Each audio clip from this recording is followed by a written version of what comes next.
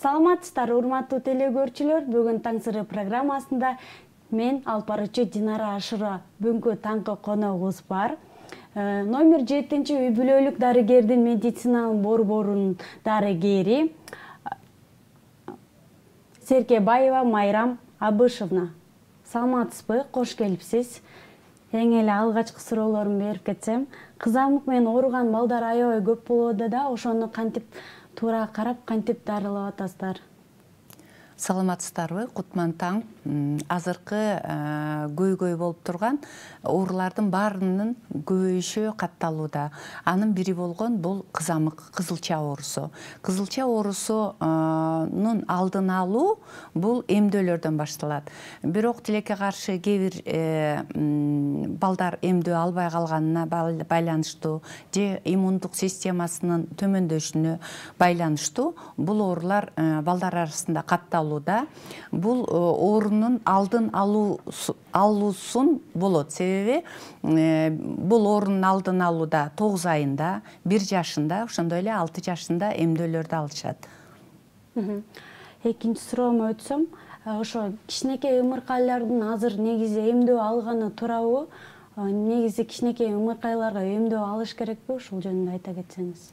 Биздин Кыргыз Республикасынын саламаттык сактоо министерствосунун атайын өзүнүн эмдөөлөрдүн календары бар. Бул календарга ылайыктуу балдар ар бир өзүнүн айына байланыштуу, өзүнө жараштуу эмдөөлөрдү алат. Мисалы, эмдөөлөрдүн бардыгы календар, прививканын эмдөөлөрдүн календарында төрөт үйүнөн башталат. Бул төрөт үйүндө биринчиден төрөлгөн эле сааттын 24 сааттын ичинде гепатитке каршы, гепатит Б оорусуна каршы эмдөө жүргүзүлөт. Андан кийин төрөт канада болгондо туберкулезга каршы БЦЖ деген эмдөөлөрдү жүргүзүлөт. Андан кийин 2 айында жүргүзүлөт. Бул пентавакцина.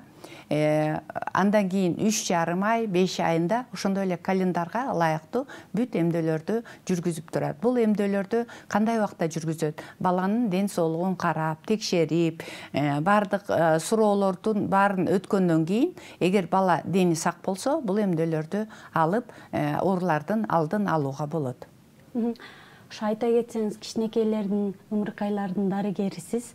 Бул аябай сонун кесип, ошонун ичинде эле суроо бергим келип турат. Ушу кичинекей ымыркайлардын дене табы көтөрүлгөндө сөз дарыгерге кайрылыш керекпи, же үй ичинде дарылоого болобу? Жөнүндө кененирээк айтып кетсеңиз. Албетте, бала баягы төрөлүп, төрөтканадан чыккандан кийин биринчи 3 күнүндө сөзсүз түрдө медайым жана врач келип үйүнөн көрүп кетиш керек. Андан кийин тыгыз байланышта болот. Эгер кайсы бир көйгөйлөр болсо, врач менен байланышып, сүйлөшүп туруш керек. Андан кийин көзөмөлдө 1 айында болот. Негизи эле баланын ден соолугун, анын өнүгүп өсүшүн, психикалык жагынан, физикалык жагынан кандай өсүп өнүгүп жатат, бул балдардын дарыгери көзөмөл кылып турат. Ошондой эле ата-энеде балдардын кандай өнүгүп жатканын дарыгерине айтып туруш керек да, суроолоруна. Эгерде бала ооруп калса, сөзсүз түрдө дарыгерге кайрылуу керек. Себеби дарыгер көрүш керек, кандай оору менен ооруп калган, кандай дарылар менен, дары-дармектер менен дарылоо керек. Ал жөнүндө сунуштарын, кеңештерин угуу зарыл да. Себеби азыркы убакта көпчүлүгү Google менен, ар кандай интернет булактарынан, же болбосо коңшу колоттор менен эле бир кеңешип, дарыланып жатышпайбы? Себеби ар бир дары бир балага же болбосо бир чоң кишиге жардам берсе, бирөөнө жардам бербеши мүмкүн да. Ошондуктан ар бир инсан индивидуалдуу, ошондуктан сөзсүз түрдө дарыгерине кайрылуу керек. Эң жакшы. Ушу азыркы эле тапта ымыркайлар төрөлгөндө эле, орусча айтканда порог сердца, анан киста менен төрөлүп атат. Эмнеге мындай болуп төрөлүп атат? Же эненин ден соолугу чың болуш үчүн чың бала төрөлүш керекпи? Ушул жөнүндө кененирээк айтып кетсеңиз. Абдан туура суроо берип атасыз. Биздин ар бирибизде, Кыргызстанда болобу, дүйнө жүзүндө мындай лозунг бар да. эненин ден соолугу жакшы, баланын ден соолугу жакшы депчи, баары үй бүлөнү пландаштыруудан башташ керек. Себеби үй бүлөнү пландаштырууда кайсы бир хроникалык ооруларың жокпу? Ошо баланы асырап, багып, чоңойтууга мүмкүнчүлүгүң барбы?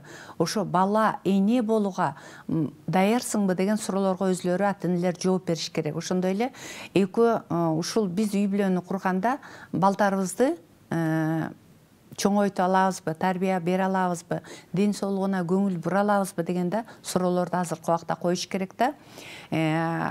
Ар бир эне гинекологдун көзөмөлдөөсүнөн өтүшү керек. Азыркы убакта абдан аз кандуулук, анемия оорусу көп болуп атпайбы?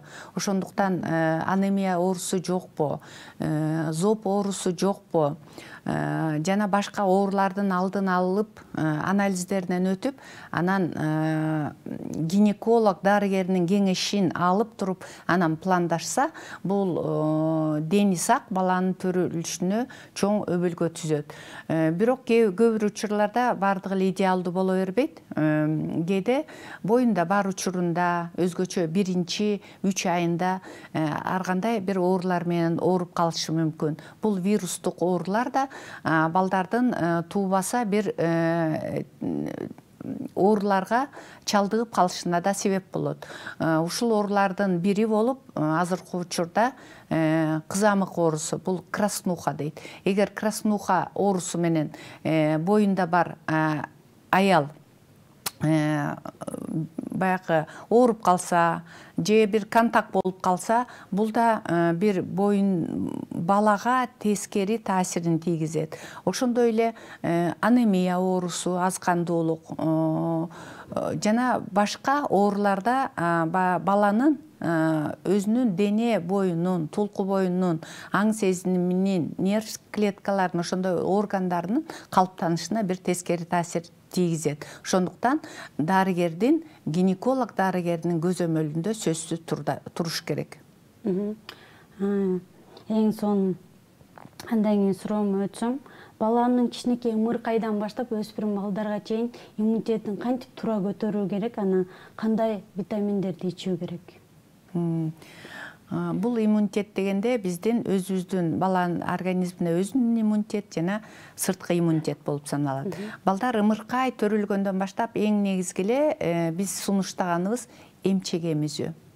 Эненин эмчегинен өтөр эч кандай дары дармек да, тамак аш да жок. Себеби эненин сүтүнүн курамында бүт комплекстүү витаминдер, микроэлементтер, аминокислоталар баланын баягы калыптанышына, фундаментинин түзүлүшүнө эң керектүү заттар бар. Ошону менен бирге эне да жакшы тамактаныш керек, туура тамактаныш керек, туура эс алыш керек. Ошондой эле туура мамиледе, жашоо шарты менен мамиледе болуш керек. Ошондо бала жакшынакай болуп чоңоет. Биз азыркы ата-энелерге эң биринчи 6 айында накта гана эмчек сүтү менен эмизгиле деп сунуштайбыз. Бул эмизүүдө себеби сүттүн курамында суу да бар, май да бар, белок да бар, майлар да бар, килокалориясы да бар. Ошондуктан эч кандай башка суюктуктардын, башка азык заттардын кереги жок. Бала туура кандуу өзүнүн керектүү заттарын эненин сүтү менен алат. Андан кийин 6 ай болгондо балага кошумча тамак бере башташ керек. Бул кошумча тамакты берер алдында да сөзсүз түрдө дарыгерге кеңешиш керек. Себеби баланын ар кандай тамак ашка аллергиясы болушу мүмкүн. Же болбосо чаржайтып берип койсо, туура эмес салмагына да залалын келтириши мүмкүн. Же төмөндөп кетет, же болбосо өтө эле ашыкча салмак менен болуп кетет. Ошондуктан сөзсүз түрдө бул кайсы кошумча тамактан башташ керек, кайсы азык заттарды кошуш керек бул тамак ашка. Бул да сөзсүз түрдө дарыгердин сунуштары менен аткарылса абдан жакшы болот да, көзөмөлү менен. Бала чоңойгондо, мисалы, биз азыркы убакта 6 айга чейин айтып атпаймынбы? 6 айга чейин накта сүт, эмчек сүтү менен, андан кийин кошумча тамак, бирок сүт эмчекти эмизүү 2 жашка чейин уланышы керек. биздин бүткүл дүйнөлүк саламаттык сактоо уюмунун сунушу боюнча 2 жашка чейин биз энелерге эмчек эмизүүсүн сунуштайбыз. Витаминдер деп айтып кеттиңер.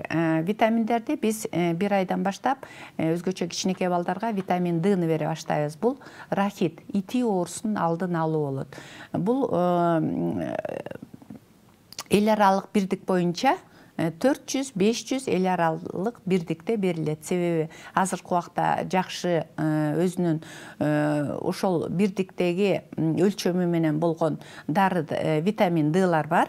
Муну дарыгер сунуштайт. Кайсы витамин Д'ны алыш керек, ошону алып балага 1 жыл бою берет. Ошондой эле баланын баягы эгер бала дени сак болсо, бардык прививканы убагында алып, баары чоңоюп атса, 6 ай айында жалпы анализдин гемоглобинин текшерүү керек. Себеби эмне үчүн анемия оорусу барбы, жокпу, гемоглобиндин курамы организмде кандай болуп атат? Эгер гемоглобиндин курамы түшүп кеткен болсо, анда анемия оорусуна чалгат. Анемия оорусу бул иммунитетти түшүрүп берген бир фактордун бири болот. Эгерде анемия оорусу катталса, анда курамында темир бар болгон дары-дармекти врачтын албетте көзөмөлдөсү менен бериш керек. Бул берүү 3 айга созулат. Андан кийин эгерде бала туура кандуу тамактанып жатса, өсүүсү бардыгы жакшы болсо,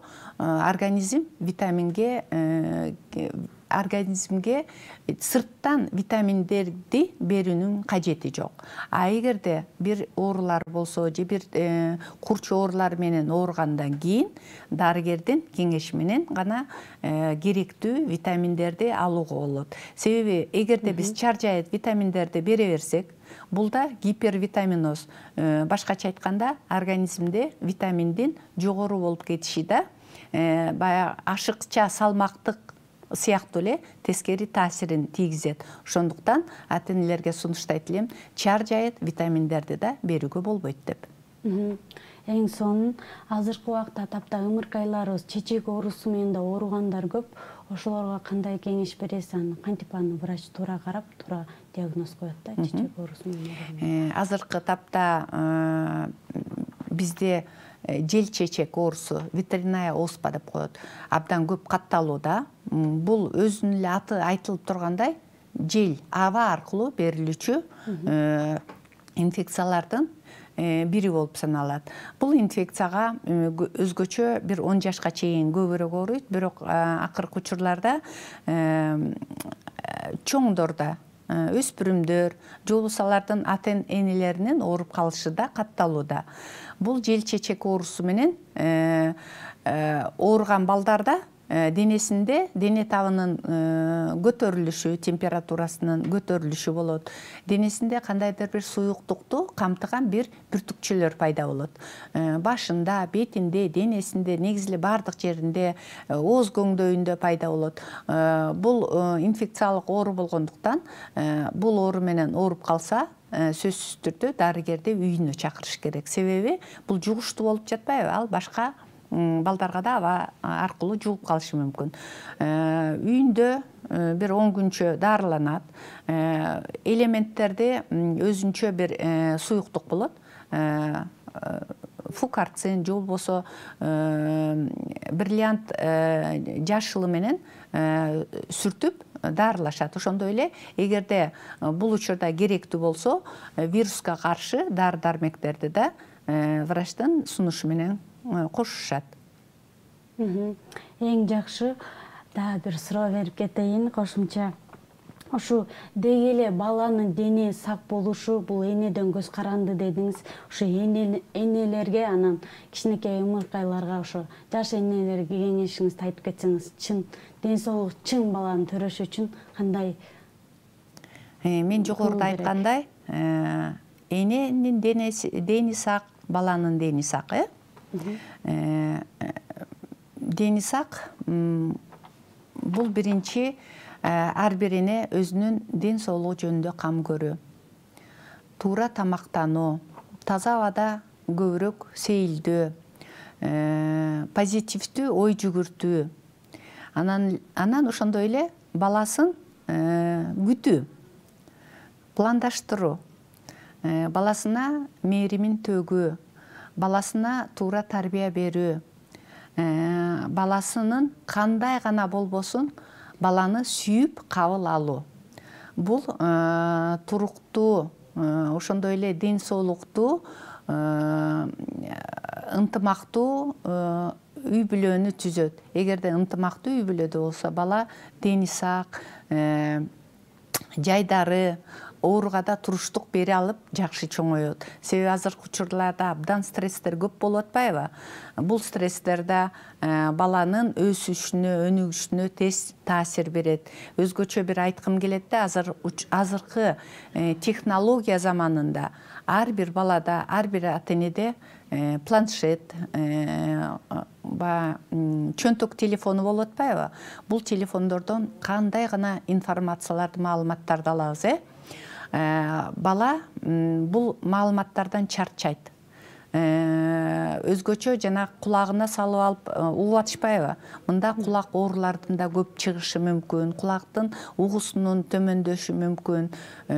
Эгерде кечке эле бул планшеттерде отурса, көз көрүүнүн да төмөндөшү мүмкүн, ошондой эле стресске да чалдууга мүмкүн. Ошондуктан ата-энелерге азыркы учурда айтат элем, себеби көчөдөн көрөсүңбү же бейтапканаларда келип калганда энесинде бир кол телефону, балдарда бир кол телефону же болбосо планшет болот да. Ошондойлордон бир алысыраак болуп, балдарыңарга көздөрүн карап, сүйүп карап, жакшынакай сөздөрдү айтсаңар, жакшынакай ырларды айтып берсеңер, бир жомок окуп бересиңерби, ошол убактыңарда ошондой мамиле кылсаңар, балдардын да иммунитети көтөрүлөт. Балдар убагында уктайт, убагында дем алат, убагында сабактарын окуйт, убагында бир жакшы маалыматтарды алууга даяр болот да, анан стресстен да көп арылат. Стресс бул иммунитеттин түшүрүүчү, ар кандай оорулардын бир алып келүүчү бир негизден бир себептеринин бири да. Ошондуктан балдардын да саламаттыгын карап, өзүңөрдүн да саламаттыгыңарды карагыла деп сунуштамакмын. Эң жакшы, эми сизге эркин микрофон болсун, элибизге сизден каалоо тилек болсун. Урматтуу кыргызстандыктар, ата-энелер, биздин кичинекей бөбөктөр, силерге ден соолук каалайм. Өмүрүңөр узун болсун, жашооңор бактуу, бакубат болсун, өзүңөрдүн ден соолугуңарды карагыла, туура тамактангыла, жакшы ой, позитив менен жүргүлө, дайыма сак саламатта болгула. Анан мен бир куплет ырды окуп берейин. Кээде өзүмдө кичине бир аз ырларды өз көңүлүмөн кээде жазып коем. Азыр бул жакка келгенде бир ыр саптары чыкты. Баарыңарды жакшы көрөм абыдан, жашагыла жашоо сонун керемет, болсун тилек, болсун жашоо керемет, бул жашоодо күлгүн жашоо бул керек, балдар күлүп чоңоюшсун турмушта, эмдөөлөрдү убагында алгыла деп айтмакчымын. Эң сонун мен сизге чексиз ыраазычылыгымды билдирем. Сизге ар дайым чын ден соолук, жакшылыктарды гана каалайм. Келип бергениңизге чоң рахмат. Ал эми урматтуу кыргыз элим, бизге келген соңку минуталар убакыт соңуна келип жетти. Мен сиздер менен коштошпойм. Жөн гана кийинки эфирлерден сак саламатта калыңыздар.